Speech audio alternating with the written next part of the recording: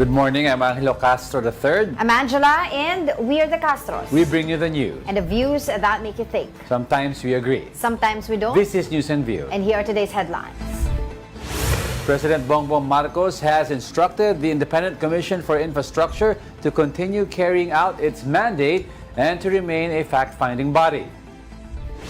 The Philippine government is coordinating with Interpol to facilitate the return of former lawmaker Zaldico. Senate President Tito Soto says any impeachment complaint against the President or Vice President will be acted on swiftly.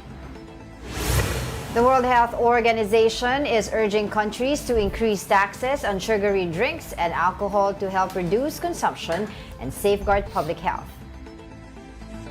First in the news, a special advisor to the Independent Commission for Infrastructure says work will continue despite back-to-back resignations. Here's the report.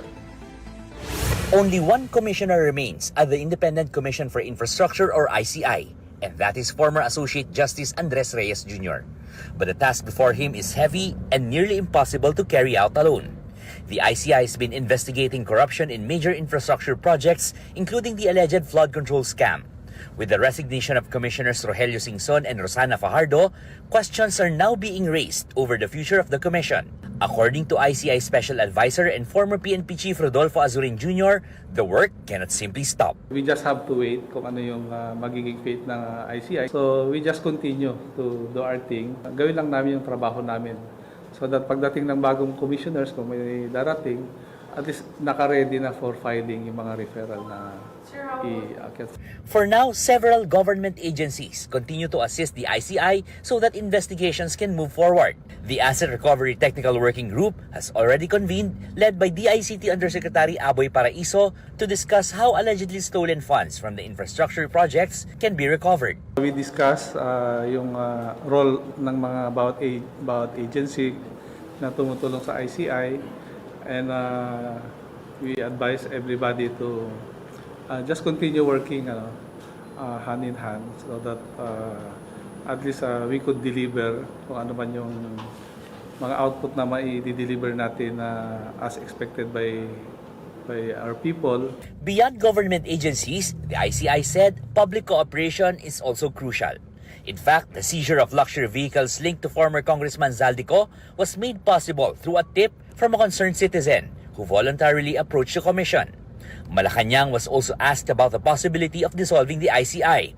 According to the palace, there has been no such directive from the President. Wala pong anumang panag-uutos pa ang Pangulo, kundi ipagpatuloy pa rin ang kanilang mandato, ipagpatuloy pa rin ang kanilang pag-iimbestiga, at maging fact-finding committee pa rin po sila. So kung sila po ay susulat sa Pangulo, hintayin po natin ang kanilang panawagan sa Pangulo para po masagot naman ito ng Pangulo. President Bongbong Marcos has ordered a study of all possible means to bring former Ako Bicol Party List Representative Zaldico back to the Philippines.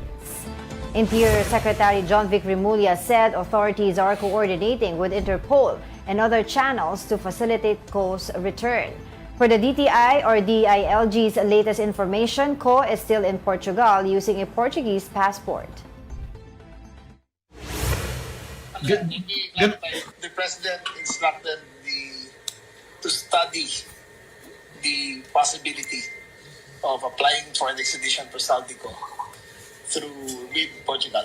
Pinag-aaralan pa namin kasi ang magulo dito ay wala tayong extradition treaty. But there are other avenues that we can pursue na gusto niyang pag-aralan. There is the Interpol, there is the United Nations, there are other agencies which we can pass through. So pinapag-aralan niya sa amin kung paano gagawin.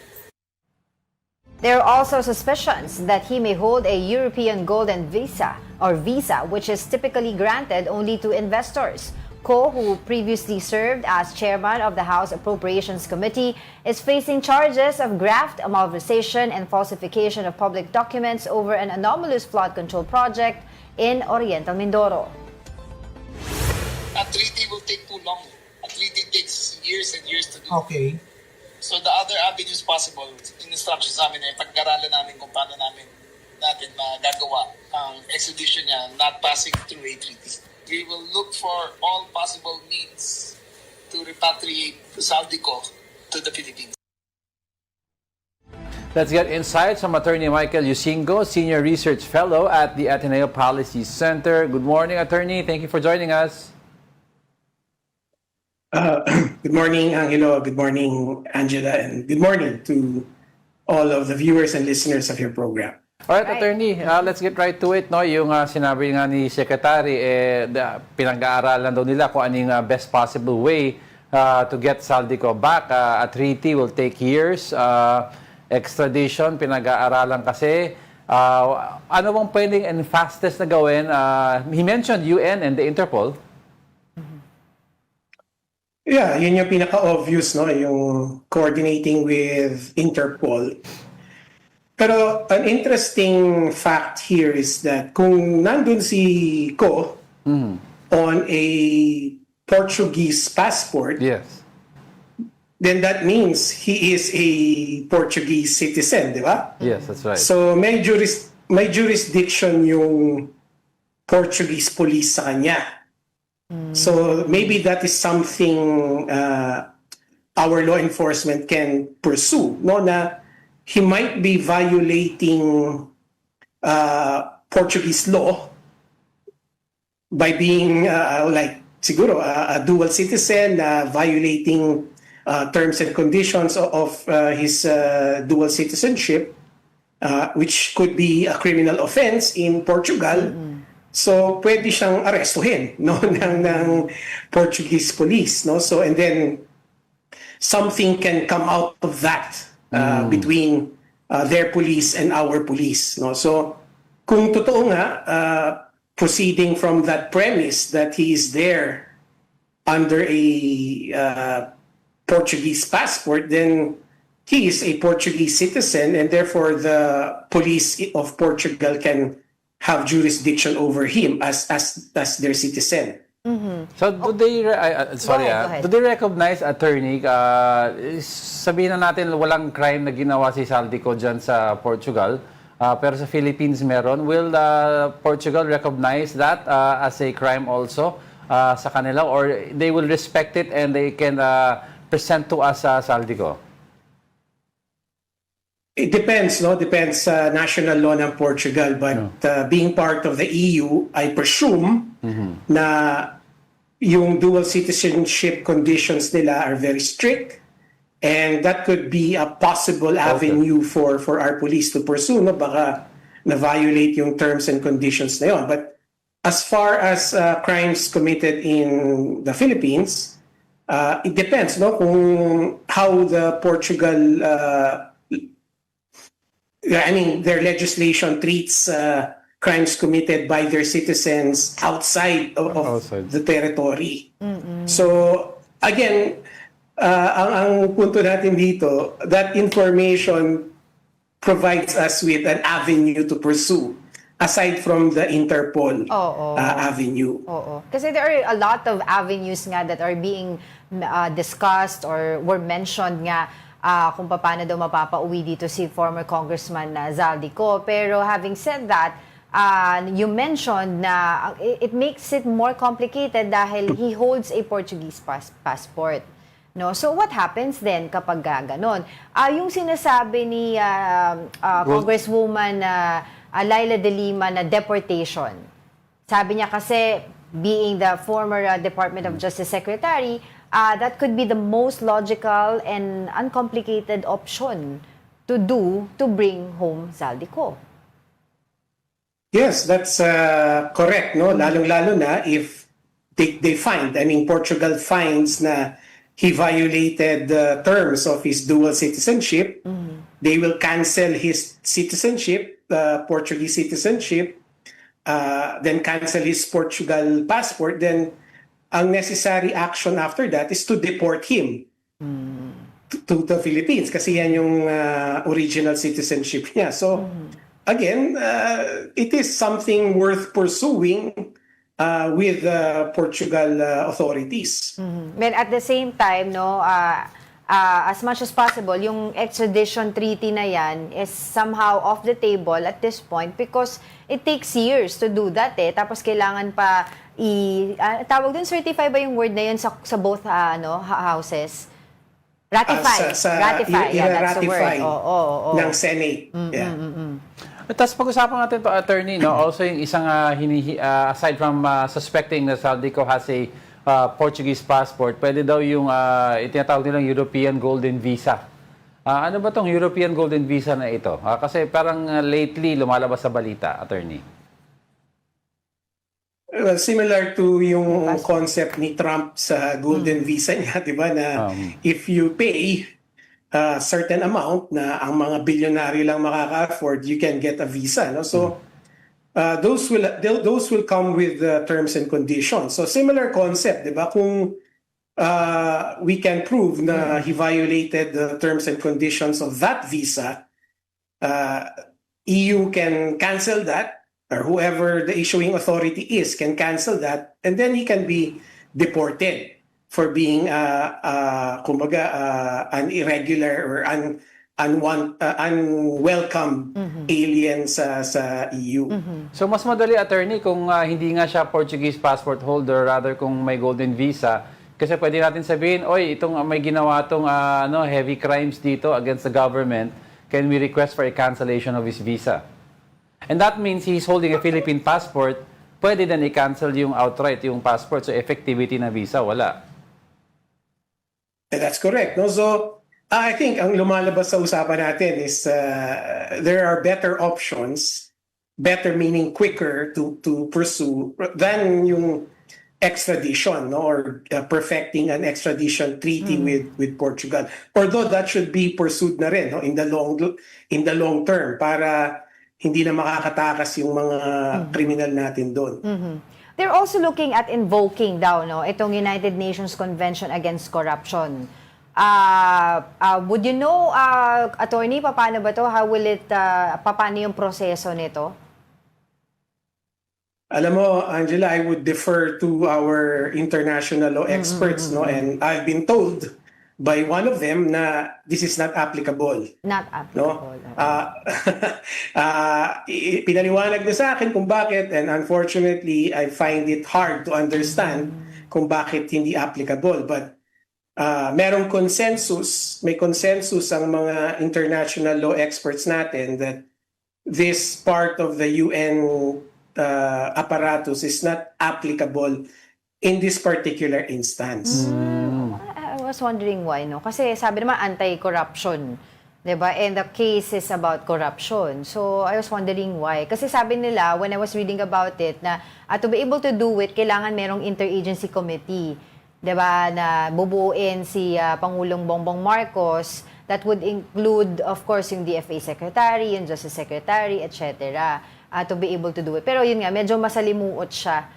So, hindi siya po pwede. So, I was wondering kasi baka pwede yun because corruption ang pinag-uusapan and against corruption and baka po pwede kahit na may hawak siyang Portuguese na passport. So, hindi mo nakakita na possible yun, attorney?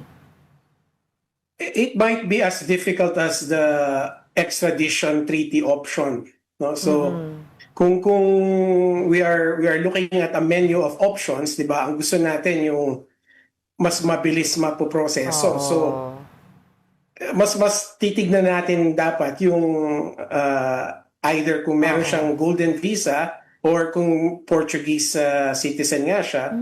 And also yung red notice ng Interpol. No? So, meron tayong tatlong mas mabilis na option na dapat natin tignan. Pero ito palang United Nations Convention Against Corruption is a legally binding treaty. It's a treaty that provides a framework for international cooperation against corruption. So it mandates cooperation between the state parties in investigating and prosecuting criminal offenses. Yung pala yun. Okay.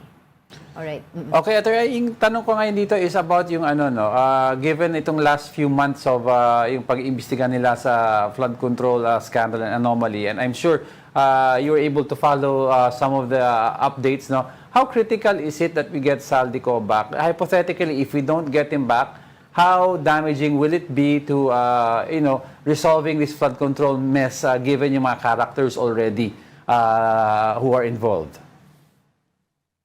Alam mo, Angelo, that's a good question. No? So first and foremost, kailangan natin sabihin na there are already pending cases against Saldico. So umaandar na yung investigation level and also prosecution level.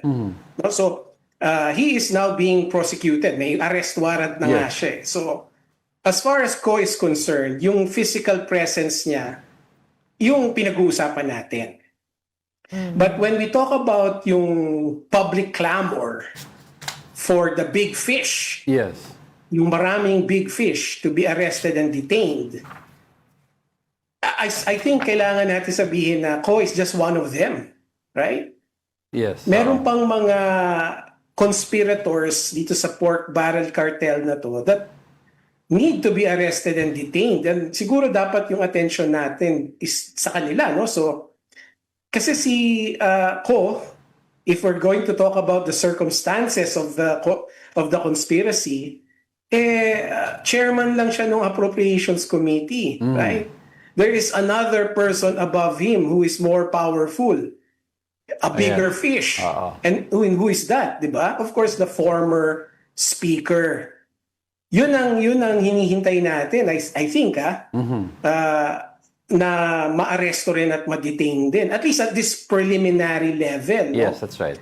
Ang nangyayari kasi, we are now, Malacanang is trying to sort of pull our attention to Ko para hindi natin mapag-usapan na meron talaga tayong hinihintay pa na maaresto at makulong. And I'm thinking na baka siguro merong hesitation ang ombudsman to pursue that bigger fish because of his relationship to the president. That's No? right. So, ito dapat yung mga pinalilitaw natin na mga tanong. Kasi right now, Ko is just one of the conspirators. He's just one of the big fish. There are still bigger fish out there, no, na mas mataas pa sa kanya. So, yun ang gusto natin makita, maaresto at ma-detain, no? Yung mga bigger fish na yon, particularly at that time, sino yung speaker, at that time, sino yung Senate President. Kasi they are the ones who decided on these insertions. That's right. And you mentioned, attorney, the bigger fish, no? We all know si Saldico has pointed to the former Speaker Martin Romualdez. But the question here is if the Ombudsman goes after Saldico and goes after former Speaker Martin Romualdez based sa statement also ni Saldico, then will he have to look into yung statement ni Saldico pointing to the biggest fish? Because Saldico implicated the President also. Because if you appreciate his testimony against the Speaker, you have to appreciate also yung testimony against the President. Hindi mo pwede hiwalayin yun. Hindi mo pwede selectively pipiliin anong gusto mong pakinggan. Yes, 100%. No? If you're going to, kung halimbawa, from the perspective of the ombudsman, you have to look at the testimony in its total picture. No? Kasi nag-offer ng leads yun eh. Yes. And you have to pursue those leads wherever they may bring you. Now, kung sa Pangulo, may hangganan, no? At least in the next 3 years kasi you can only sort of do a desktop investigation with regards to the president dahil meron siyang immunity. Pero after his term, those investigations can be pursued into prosecution. No? So, hindi ibig sabihin na wala si Ko, hindi na ipupursue ng ombudsman yung mga leads na yon. And that's what we're trying to say here na kung meron tayong clamor for the big fish, the biggest fish na kailangan makulong, hindi pa nakukulong, hindi pa naaresto. Well, ako naman, attorney, I want to look at this way na parang, I don't know if it's this fair to us, being a lawyer, no, na with the record high, no, na confidential and intelligence fund ng administrasyon ng Philippine president natin, how come na super tagal na, parang ang tagal-tagal na ma-track down, ma-aresto, mabalik dito si Zaldico, no? While we understand that we want to go through legal process as much as possible, no? Or not as much as possible, but we want to go through, diba, rational and legal and acceptable way to acquire the jurisdiction of a person? That's a perfectly legitimate point to raise, Angela. No, it's been what, months. No. We cannot even pinpoint where he is, right? So hindi acceptable. I mean, to put it simply, hindi acceptable for our government, given the billions nga na sinasabi mo in confidential funds, to not be able to at least identify where he is.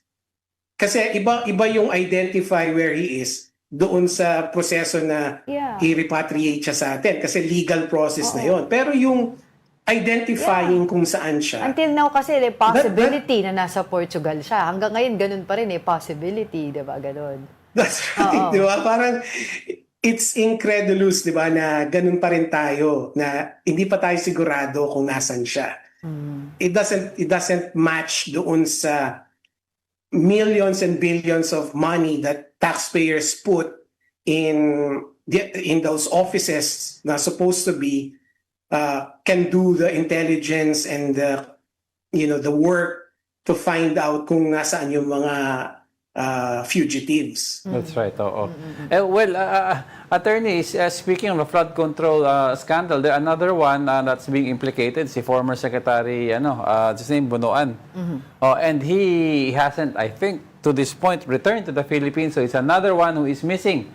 We are missing several key players already. How does this impact the entire case? I mean, also, yung image natin sa international community, every time may issue, may nawawala.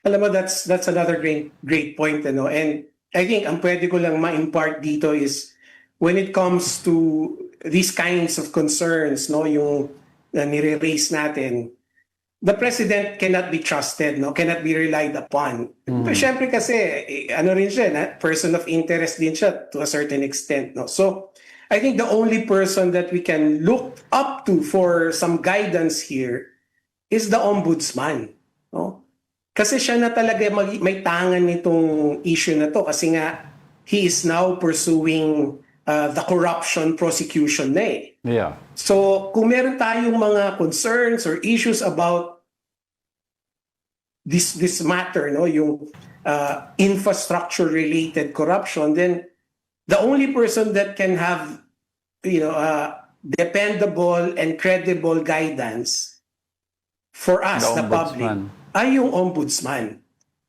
Yung mga lawmakers, yung presidente, yung spokesperson niya, they are just like us, outsiders na rin dito sa issue na to. So, I think yun siguro may impart ko. Kung meron kayong mga tanong, the best person to ask is the ombudsman.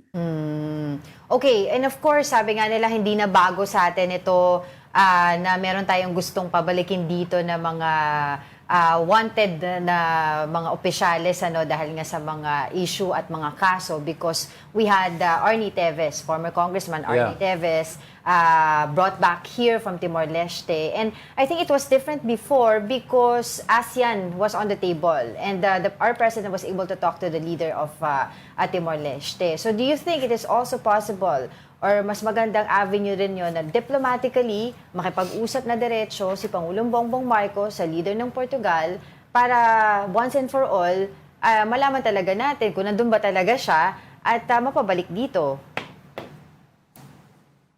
Well, kung ako magiging advisor niya, I wouldn't advise yung head of state to head of state. I mean, Why? that might prove too embarrassing for him and for us na rin, But certainly, kung at the level of the DFA, that's certainly something worth pursuing, Yung foreign ministry to foreign ministry to come up with an arrangement kung paano i-resolve tong issue na to. Kasi may intindihan naman nila I mean, ang Portugal or EU, na this is very serious to us because this involves plunder.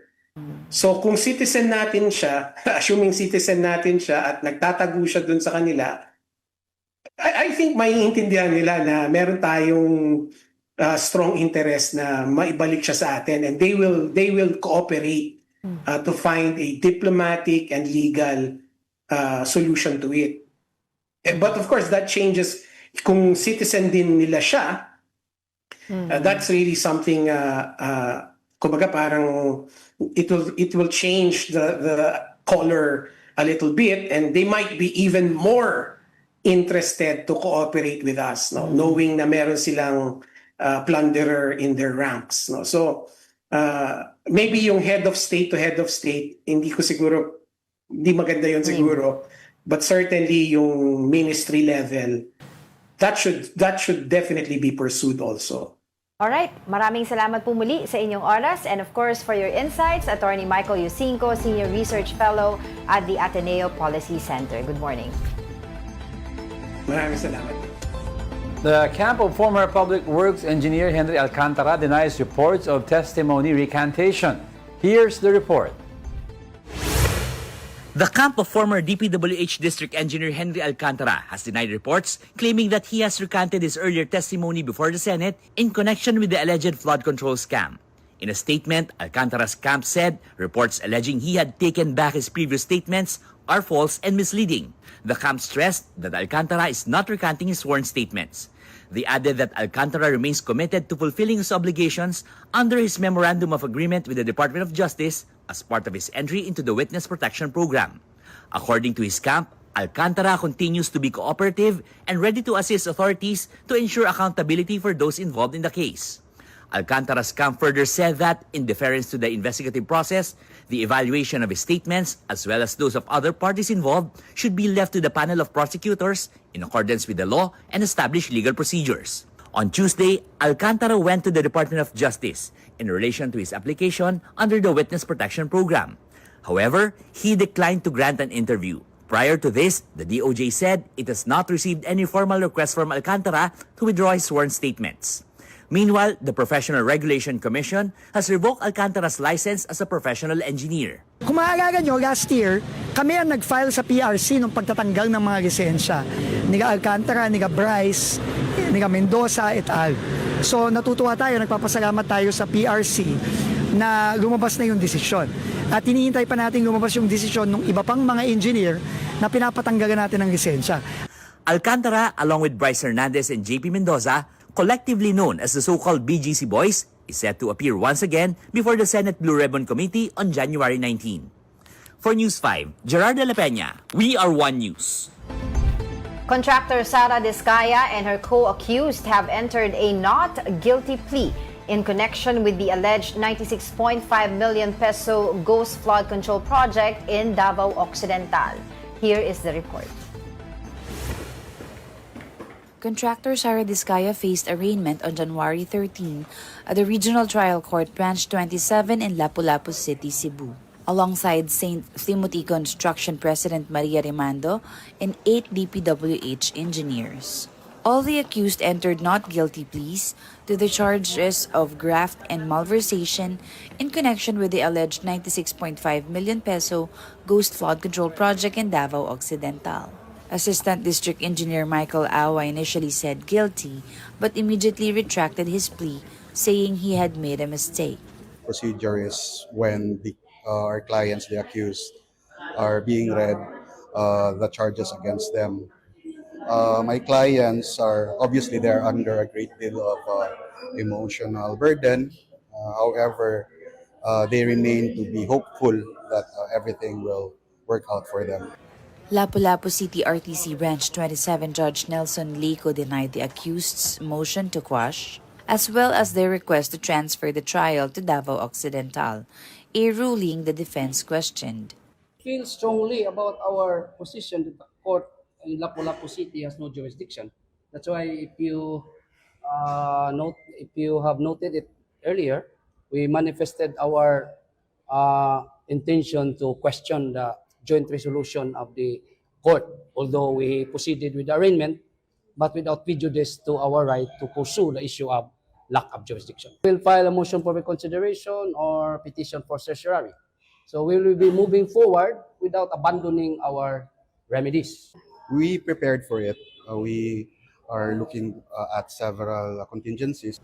The court explained that the venue would not affect the merits of the case, citing the Maguindanao massacre case, which was transferred to Manila. Diskaya and the other accused remain detained at the Lapu-Lapu City Jail, with a pre-trial scheduled on February 3. Meanwhile, Akbayan Party List Representative Percy Sendania criticized Diskaya's not guilty plea, saying the contractor had previously identified alleged accomplices during the Senate Blue Ribbon hearing and admitted the anomalies had occurred. Now, this just in, the low-pressure area being monitored inside the Philippine Area of Responsibility has developed into a tropical depression named Ada or Ada. Ada, no? That is, of course, according to Pag-asa. We'll give you more details First storm later in the program. 2026, if ever. Yes, it is. All right, we'll be back with more stories after the break. Keep it here on One News.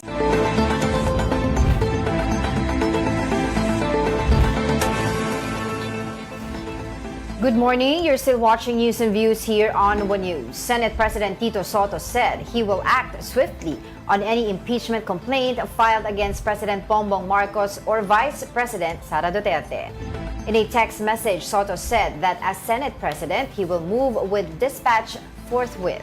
Asked if the Senate is already preparing for a trial, Soto said it will be putting the cart before the horse. He emphasized that the key question is whether a complaint exists and whether it will pass the House of Representatives. DPWH Secretary Vince Dizon on Tuesday inspected the construction of 3 major hospitals in Metro Manila.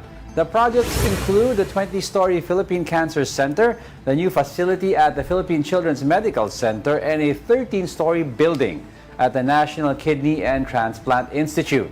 Dizon said the government is pushing to fast-track completion with the Cancer Center targeted for the end of 2027 and the PCMC facility expected to open by mid-2026. He also urged the Department of Health to provide funding for staff and equipment to ensure the hospitals are fully operational once construction is finished. Ngayon, ito lang ang mensahe ko. Madalas, ang rason kung bakit natetenga ang maraming mga trabaho, ospital, classroom, kalye, tulay, is tingi-tingi ang pondo. Okay? Tingi-tingi. Bakit tingi-tingi? Diretsahan na lang tayo. Diba? Kasi yung ibang mga pondo, ginagagay sa mga project na pinagnanakawan lang. Yun ang totoo eh. Itong mga nakaraang taon. So ngayon, ang commitment ni Presidente is kung ano ang kailangan pondo para matapos na to next year, para matapos na yan, matapos ang NKTI next year, matapos to by 2028, yung PCMC, matapos yung PGH by 2028, lahat ng pondo kailangan ilagay na natin sa budget. The Philippine Navy says the number of Chinese vessels spotted in the West Philippine Sea has risen to 41. The number logged during the first week of January is higher than the 20 vessels seen in early December, Navy officials said. The vessels include ships from the Chinese Navy, Coast Guard, and Maritime Militia.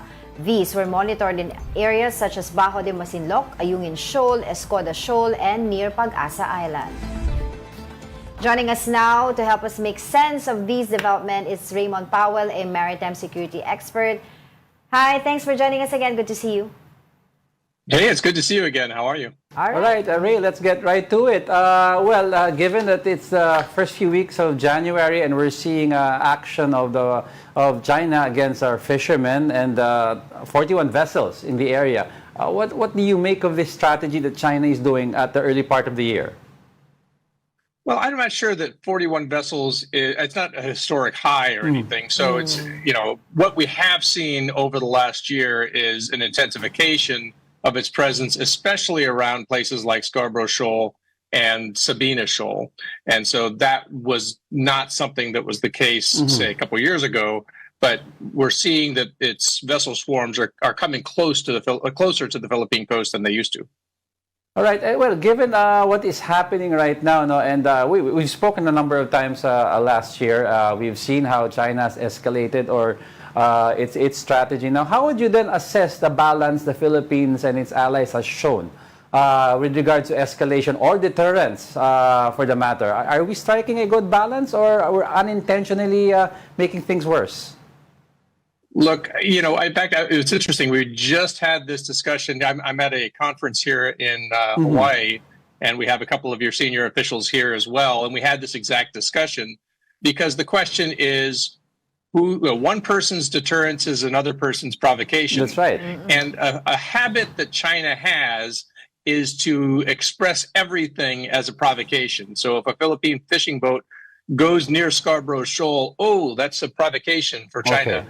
And so what they're trying to do, as I think as we've talked about before, this is what we would just call gaslighting. They're trying to get you to rethink everything you know about what provocation is. So their version of provocation is you came into a place you used to come into all the time. Whereas you look at what they're doing and you're saying, look, you are harassing our fishing boats, you are water cannoning our BFAR vessels. That's not provocation.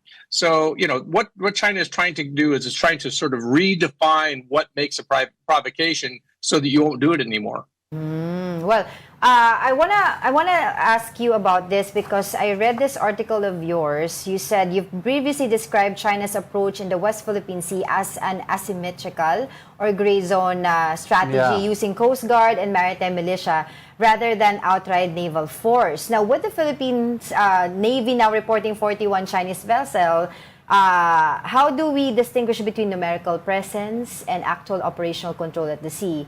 And where do you think we are now? Well, so what China has done is to use what is not a military force, but what we would call a paramilitary force. So it's essentially, it acts like a military force, but they get to sort of have the excuse that these are not gray-hulled PLA Navy vessels, right? So that way, if the Philippines sends out a vessel of a similar size, like a Navy vessel, they can say, oh, the Philippines is escalating. But, the fact is, as you're showing there on your screen, they have some extremely large Coast Guard ships that don't do traditional Coast Guard things. They are built to assert their sovereignty. And so by employing this maritime paramilitary, they are attacking this problem asymmetrically. They know that the Philippines, and actually almost no country, has a symmetrical response to this. So, Ray, what do we have to watch out for then? For sure, I don't think we should take a look closely at the legal side of this, because China would not go down that avenue, and they're now under gray zone, using gray zone tactics. They're increasing their military posture. So what is the critical thing that we should take a look at? Is it gray zone? Is it the posturing of China? What are the signs that we should be wary about? I would say if there's a thing that sort of keeps me up at night is I would be concerned that someday we would see actual reclamation activity at Bajo de Masinloc, that we would see something that indicated they were planning to actually build something there. And I feel pretty confident in my heart of hearts that there's been some communication back and forth between Washington and Beijing, that they should not do that, right? That this would be a game changer. Again, I don't have any inside knowledge there, but I would be surprised if there wasn't that kind of communication, because that really would be a game changer to see China. We've seen what they can do if they decide to reclaim an island and then put, an airfield on it. Having something like that at Bajo de Masinloc would be a real existential threat, I think, to the Philippines. So what are the realistic options that the Philippines has? I mean, we've definitely, at the point, at least from the perspective of the citizens, are maxing out our diplomatic channels. So what can we do now? Should we engage in gray zone tactics? Angelo, I'm going to say the same thing I keep saying over and over, and you're going to get tired of me. You're playing the long game, right? You have to think in terms of what the Philippines has to do is to build capacity in order to present a realistic deterrent. And you've heard Secretary Teodoro talk about this. Yes. The Philippines has to have a credible deterrent. It has to have something that's going to make China stop and pause. Now, it does have one big thing, which is, of course, an alliance with the United States. Yeah. And it's building partnerships with a lot of other countries. And that's important in terms of building a deterrent. But of course, the Philippines needs to have its own deterrent, its own, naval force and Coast Guard that can begin to, make China pause and think, maybe this isn't going to be as easy as it was. And I actually think that the Philippines is making some substantial progress toward that end, but it's just going to take a while. Well, you've used the term gaslighting to describe how China frames this maritime incidents over and over again. Now, my question here is, how dangerous is this narrative battle compared to the physical one? Well, it really is China's primary strategy. What China wants to do is it wants to get the Philippines over time to just give up and say, look, begin to buy into this idea that everything the Philippines does is the provocation. That why can't the Philippines just be quiet and let China have these parts of the sea, which, well, why are they so important anyway? And maybe China does have historical rights over them. Over time, they are trying to get the Philippines to change its thinking. And it doesn't actually matter so much to China if the majority of the Filipinos think so. If they can just get enough of the Philippine elites, the political elites, the business elites, the cultural elites to buy into this, and then they figure they can just kind of bring the rest of them along over time. So understanding that China actually does not want to go to war with the Philippines or the United States or even Taiwan, I don't think. Ultimately, what they want is they want their competitors to give up and just let them have it. It's interesting you mentioned China is looking at a buy-in from some of the elites that we have. Are they also taking a look at a possible Sara Duterte presidency? Is that something at the back of their minds? Look, I am not going there. You got to keep me out of domestic politics, brother. I don't want to. That's true. Well, listen. What I will say is they've got a very sophisticated political strategy, and they will use any lever available to them. And you've seen recently a documentation of them very much targeting Mandarin-speaking Filipinos, and through the Mandarin language press, we've seen some really shocking things coming out of outlets like Chinatown TV and United News, these Mandarin-speaking or Mandarin language press that are very much targeting Mandarin-speaking Filipinos, most of whom are very patriotic. They are not the enemy. But there are some number that they are trying very hard to change their thinking. And I think that, Filipinos should be angry, not at those people necessarily, although I'm sure some of them are not innocent, but for the most part should be angry at the way that a hostile foreign power is targeting their kababayan.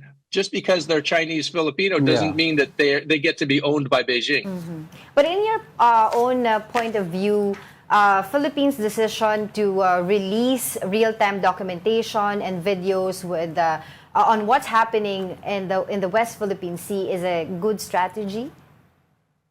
Look, I mentioned that I was at this conference. We were talking about that today with some very senior leaders from around the region. A lot of people are looking at this strategy as one of the most innovative counter-gray zone strategies that at least we've ever seen in this theater. And trying to figure out what it means to countries like the United States and Japan and South Korea and Australia and other countries who are active in this theater. It's a high-risk strategy, right? Because it takes on China's narrative warfare, and China, of course, doesn't like that, and so they're going to punish the transgressor, in this case, the Philippines.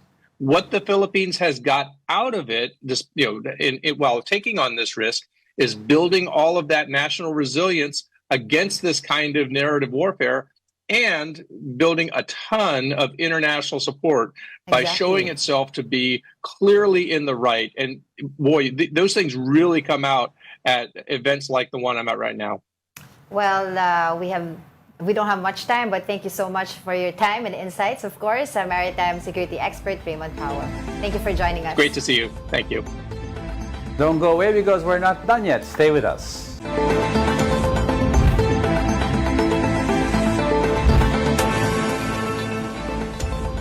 Welcome back. You're still watching News and Views here on One News. At least 13 people are now confirmed dead, while 23 others remain missing after a landfill collapsed in Barangay Binalio, Cebu City. Rescuers managed to pull out several survivors, including workers who escaped from the facility. While families continue to wait for news of loved ones still trapped under the debris, authorities have placed the entire city under a state of calamity, with the local government allocating 30 million pesos in quick response funds. Ako rin yung mga kuwan dito, mga tingog rin nila. Naririnig ko sila, mga boses nila. Sumisigaw ng tulong, tulong. Iligtas daw sila. Malaki ang pasalamat ko sa Diyos at binigyan pa niya ako ng chance. Pero nalangyapon ko naglaom lang gyapon. Umaasa pa rin ako na buhay pa rin sila. Pero kung iisipin ko, ilang araw na nakalipas. Walang tubig, walang pagkain, walang hangin. Ang sakit-sakit sa dibdib.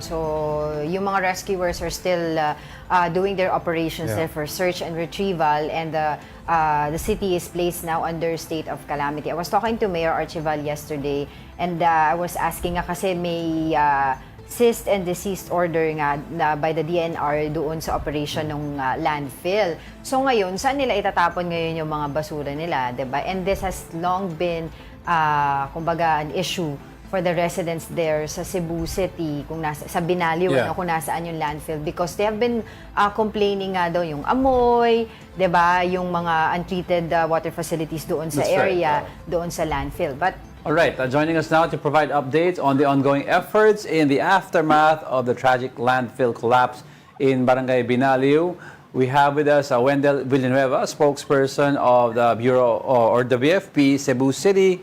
Good morning. Good morning, Sir Jeco and Ma'am Angela. From Cebu City. Alright, so hingi lang po kami ng update sa operation po na ginagawa ngayon dyan sa landfill po, kung saan po nangyari yung pag-collapse po, at meron po tayong naitalang 13 no, na confirmed dead. Okay, as we speak, no, Ma'am Angela, we have 16 now. 16 fatalities. Okay. Yeah. And we have 20 missing. So, nung as of January 13, yun 13, ngayon, ngayong umaga lang, may nakita tayong dead body. So, making it 16 na po ang fatalities natin. And hanggang kailan po tayo magtutuloy-tuloy ng ating search operation dyan sa area? We will continue our search and rescue operations hanggang last body po makuha natin, ma-recover natin. Meron po ba kayong official report po na alam na pwedeng ma-share sa amin yung pinaka-cause of this collapse? Ano? Because we've been seeing a lot of reports saying daw po yung rock formation, yung mga paggalaw na lupa, even attributed to the September 30 earthquake. No? Pero officially, ano po ba talagang naging dahilan ng collapse nitong landfill na ito? Hindi pa kami umabot sa ganyang aspeto sa aming operation, ma'am. No? We are focused on our rescue operations. No? Isa yan sa mga factors na consider namin, yung recent na earthquake, yung bagyong Tino, no? Yun ang nakapag-contribute ng possible garbage, no? Yung mga Yes po, sir? Yeah. Yun ang contributing factors po, earthquake and the typhoon po. Sir, kamusta po yung weather dyan ngayon sa Cebu? Kasi I was wondering kung ano po yung mga challenges na kinakaharap ngayon ng rescuers. Lalo may LPA daw, no? Oo. Dito sa Cebu, ma'am, no, paminsan-minsan umuulan. That prompted our rescue team na mag-stop ng rescue operations because napakadelikado sa mga responders natin. So, pag umulan, automatically will halt the rescue operations kasi ayaw naman natin na Yes. mangyari na yung mga rescuers ang i-rescue eventually. true. No? That's right. So, and the situation in the area is napakadelikado kasi from time to time may paggalaw ng land, no? So, at saka yung ulan, hindi mo malaman kung every now and then umuulan. So, lalo yung basura and making it more dangerous for the operatives on the ground. Well, of course, I would also like to ask kung meron po ba tayong sapat, no, at tamang mga equipment, no, tools para po sa ginagawa nating operations diyan sa landfill. Yes, ma'am. We have equipment, no? We have tools. We have manpower. In fact, yung operation natin is 24/7, no? We do it in a shifting basis. Hindi naman natin iladlad yung mga tauhan natin 24/7. So, we do it shifting. So, we have ma'am, enough resources, no? And inalagaan natin yung mga rescuers natin. In fact, bago tayo, binigyan tayo ng anti-tetanus vaccine, no? Para for our protection also. Kasi if kung nandito kayo sa paligid, the smell is foul, hindi talaga healthy yung environment. Yeah. So, and also, we are so exposed sa mga dead bodies and all that. No? Garbage, basura na bubulok na. So, that's very hazardous to our health. But we need to do it, kailangan naming trabahuin ito. We need to do it fast as we can, no, para makuha namin ang remaining 20 missing bodies. Well, officially po, kayo po ay search and retrieval operations na lang po. Hindi na po siya search and rescue. Tama po ba? No, hindi ma'am. Hindi pa kami nag-shift to hindi pa. search Okay. and retrieval. Still, we are on search and rescue operations. We are hopeful na sana Yes. miracle may happen. No? May possible body para makuha namin na alive, no? With the help of our beloved Santo Niño and the miracles, no, na mangyari pa, no? And there are many accounts sa mga ibang mga operations na may makukuha pa talaga ang buhay. And we are hoping that we are banking our effort na sana magkaroon ng milagro na may mahuhukay kami na buhay. So sir, kumbaga sa assessment nyo sa site, may possibility na may ma-rescue pa sana. Pero kailan po nyo kayo magde-decide kung kailan mag-shift na sa retrieval? We do not know, sir. No? Our mayor, our good mayor, si Mayor Archibald, is really, talagang hopeful pa rin siya. No? Okay. We share his views and his sentiments na talagang itodo namin to. We will search and rescue pa rin kami. No? Talagang we will do our best na talagang di pa kami mag-shift to search and retrieval. And napaka-unfair naman sa mga families of the victims, no, na we will be there search and retrieval. And baka sabihin na baka buhay pa yung mga pamilya namin. So, yun, we are very sensitive din with that aspect. Sir, meron po bang mga lumalapit po sa inyo doon sa mga rescuers din po natin dyan during the operation at nagtatanong po, nawawala yung kanilang mga kaanak? Sa area po, ma'am, they have their space po. Naglagay kami ng space para sa kanila tent. From time to time, we will give them update. Nandun yung pamilya nila because off limits sila sa mismong ground zero. So, few meters from the ground zero, nandun sila. May area sila doon. They are all well taken care of. May mga positions, lahat na mga informations ay ibibigay namin from time to time. Just as of today, no? Ngayon lang mga oras ito na may na-retrieve tayo na body. Actually, the 14 nito, ma'am, are already identified. Yung 16 and 15s are all unidentified po. Hindi pa makuha because they are in the state of decomposition. Considering na gabundok na basura ito. So once there are bacteria and so the presence of bacteria. So kung makukuha natin ng body, talagang we will expect na ganito ng state of body nila. Alright, we will continue to get in touch with you para nga po sa iba pang update regarding your operation, and of course we are one with you in prayer na sana nga po may makuha po tayo dyan na survivor. But for the meantime, maraming salamat po sa inyong oras, Mr. Wendell Villanueva, ang spokesperson ng BFP Cebu City. Thank you po. Mayong buntag. Salamat. In other news, the World Health Organization is calling on countries to raise taxes on sugary drinks and alcohol as a strategy to lower consumption and protect public health. Here is the report.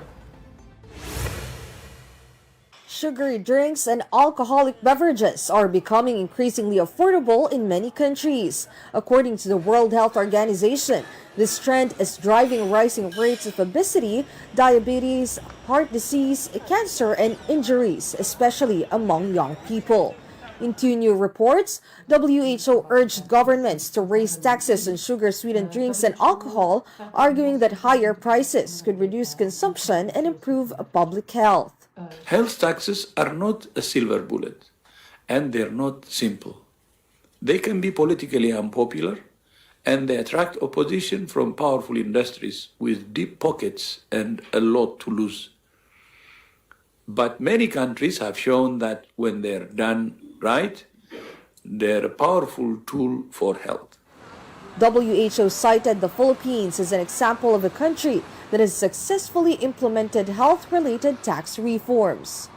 In the Philippines, a major tax reform on tobacco and alcohol in 2013 increased revenues by more than 5 times, which supported the expansion of national health insurance to more than 15 million poor families. The Global Report on the Use of Alcohol Taxes 2025 shows that at least 167 countries tax alcoholic beverages, with 12 countries enforcing a full ban. However, alcohol prices have become cheaper or stayed the same in most countries since 2022, as tax hikes have lagged behind inflation and income growth. Meanwhile, the Global Report on the Use of Sugar-Sweetened Beverage Taxes 2025 finds that 116 countries levy taxes on sugary drinks, with most measures targeting carbonated soft drinks. Many other high-sugar products, including 100% fruit juices, sweetened milk-based beverages, and ready-to-drink coffee and tea, remain untaxed. Last year, WHO launched its 3x35 initiative, aiming to increase the prices of tobacco, alcohol, and sugary drinks by 50% over the next decade through taxation.